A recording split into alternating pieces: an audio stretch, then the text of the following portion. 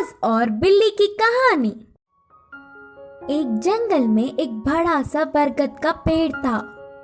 उस पेड़ के छाल में एक बूढ़ा बाज रहता था। वह बाज अंधा था। इसके कारण वह कहीं बाहर नहीं जा पाता। उस पेड़ पे बहुत सारे पंछी भी घोंसला बनाकर अपने बच्चों के साथ रहते थे। वह पंछियां पूरा दिन भोजन ढूंढने में लग जाते। यह बूढ़ा बाज पंछियों के बाहर जाने पर उनकी बच्चों को अच्छी अच्छी कहानियां बोलते हुए ध्यान रखता। शाम को घर लौटने वाले पंछी उनके लाए हुए भोजन में थोड़ा सा बाज को भी देते। ऐसे समय बीतता गया। एक दिन वहाँ से गुजरता हुआ एक बिल्ली पेड़ पे खेल रहे पंछियों के बच्चों को देखा।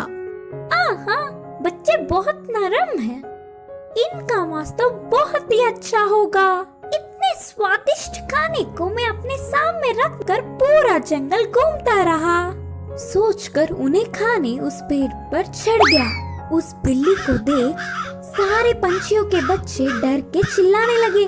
वह आवाजें सुनकर बाज शाल से बाहर आकर कौन है वो करके गुस्से में चिल्लाया। उस चिल्लाहट सुनते ही बिल्ली के ऊपर के प्राण ऊपर ही गए। उधर उन बच्चों के अलावा कोई नहीं सोचकर पेड़ चढ़ गया था। पर अब बाज को देख कांपने लगी। बचने के लिए उसे कोई रास्ता नहीं दिखा। जो होगा सो होगा सोचकर साहस करके कहा, हाँ, मैं एक बिल्ली हूँ। आपके आज्ञा के बिना इस पेड़ पर चढ़ के आने के लिए माफी चाहता हूँ। तब तुरंत बाज, क्या तुम बिल्ली हो? पहले इस पेड़ से उतरकर चले जाओ, नहीं तो तुम्हारे प्राण ले लूंगा, बोलकर चेतावनी दी। हाँ, पर अब गुस्सा ना हो। मेरा जन्म बिल्ली जात का होने पर भी उस जात के लक्षण नहीं आए। मैं मांस नहीं खाता, ऊपर से ब्राह्मण हूँ। इस जंगल के पंछी जानवर तुम सब बहुत ही अच्छे हैं करके तुम्हारे लिए अच्छा ही सुनकर तुमसे दोस्ती करने के लिए आया हूँ। बिल्ली ने बहुत ही होशियारी से कहा। बिल्ली के बातें सुनकर बाज बहुत खुश हुआ। इससे बिल्ली बाज की और तारीफ करने लगी। उस दिन से दोनों अच्छे दोस्त भी बन गए। तब से हर दिन वह बिल्ली पंछियों के ना होने के समय पर बाज के पास आकर 1 घंटा बातें करके चली जाती। बिल्ली के मीठे मीठे बातों से पंछियों के बच्चे उससे अच्छे से मिल गए। ऐसे कुछ दिन बीत गए। फिर मौका देख हाथ आए हुए हर एक बच्चे को खाना शुरू कर दिया।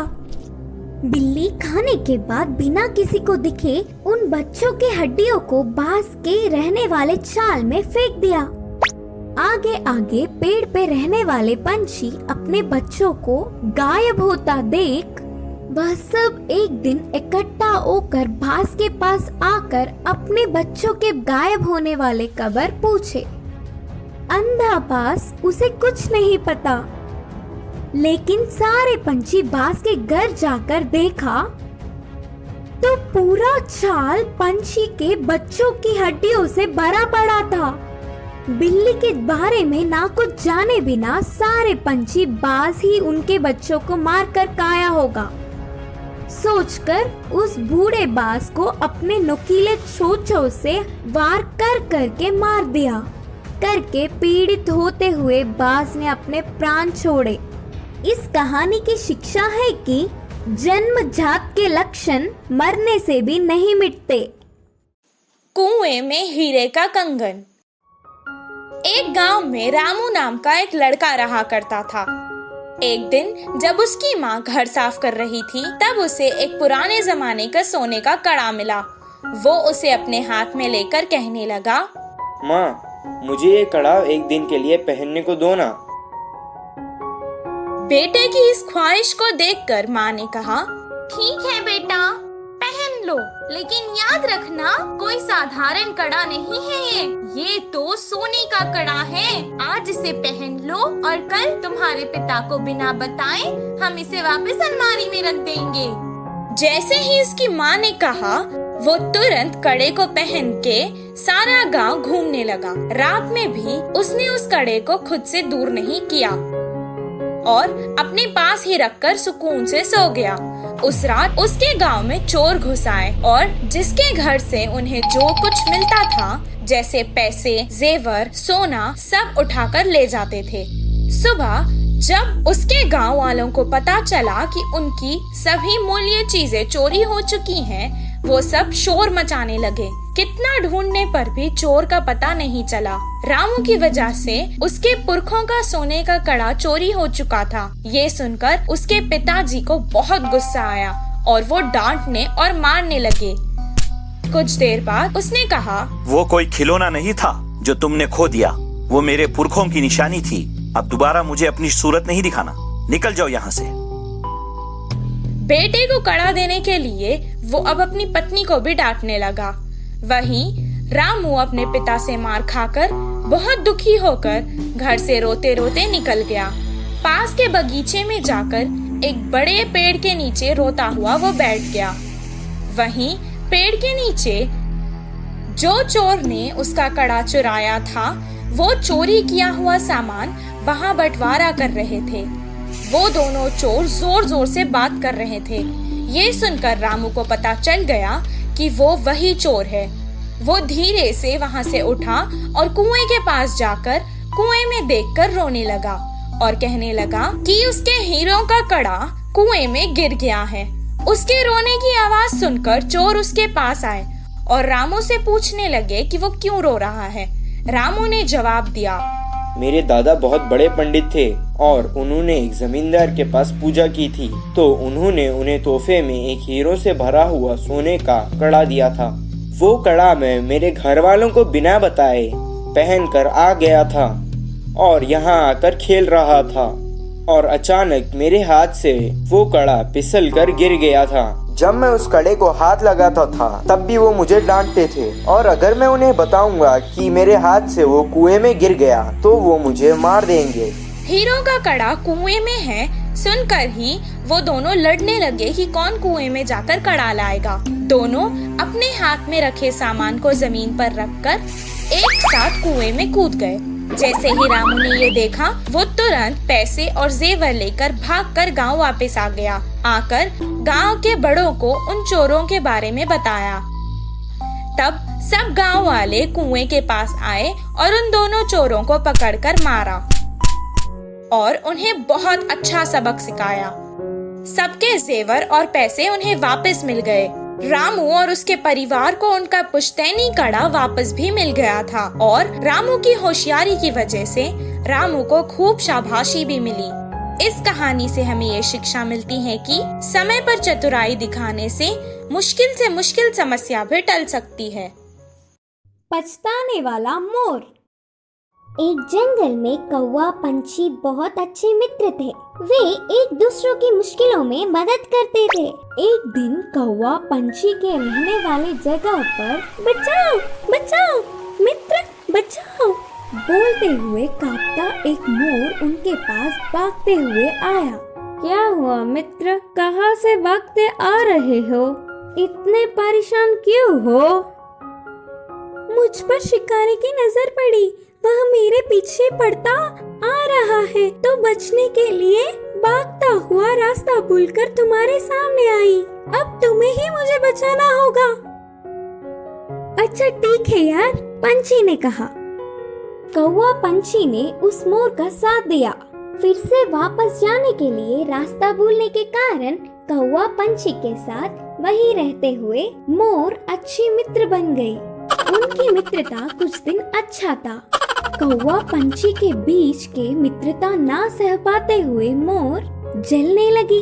किसी भी तरह कौवा पंछी को अलग करना चाहती थी। एक दिन कौवा भोजन के लिए बाहर जाने के समय पर मोर ने पंछी से कहा, मित्र तुम कौवे से इतना ज्यादा मित्रता बढ़ाकर बहुत ही नजदीक रह रहे हो। क्या तुमने उसकी बदसूरती कभी नहीं देखी? उसे देख सब चिढ़ जाते हैं। तुम्हारा उससे दूर रहने में ही भलाई है। मैं जो कहनी चाहती थी वो कह चुकी, बाकी तुम्हारी मर्जी। वह सुनकर अचानक चौंकने वाला पंछी मोर से कहा, हाँ सच्ची, मैंने इतने दिनों से कौवे के बारे में सोचने की कोशिश भी नहीं की। हट, उससे क्या दोस्ती, उससे क्या मित्रता। तुम्हारे जैसे सुंदर वालों से मित्रता करने से मेरा मूल्य और होदा बढ़ेंगे।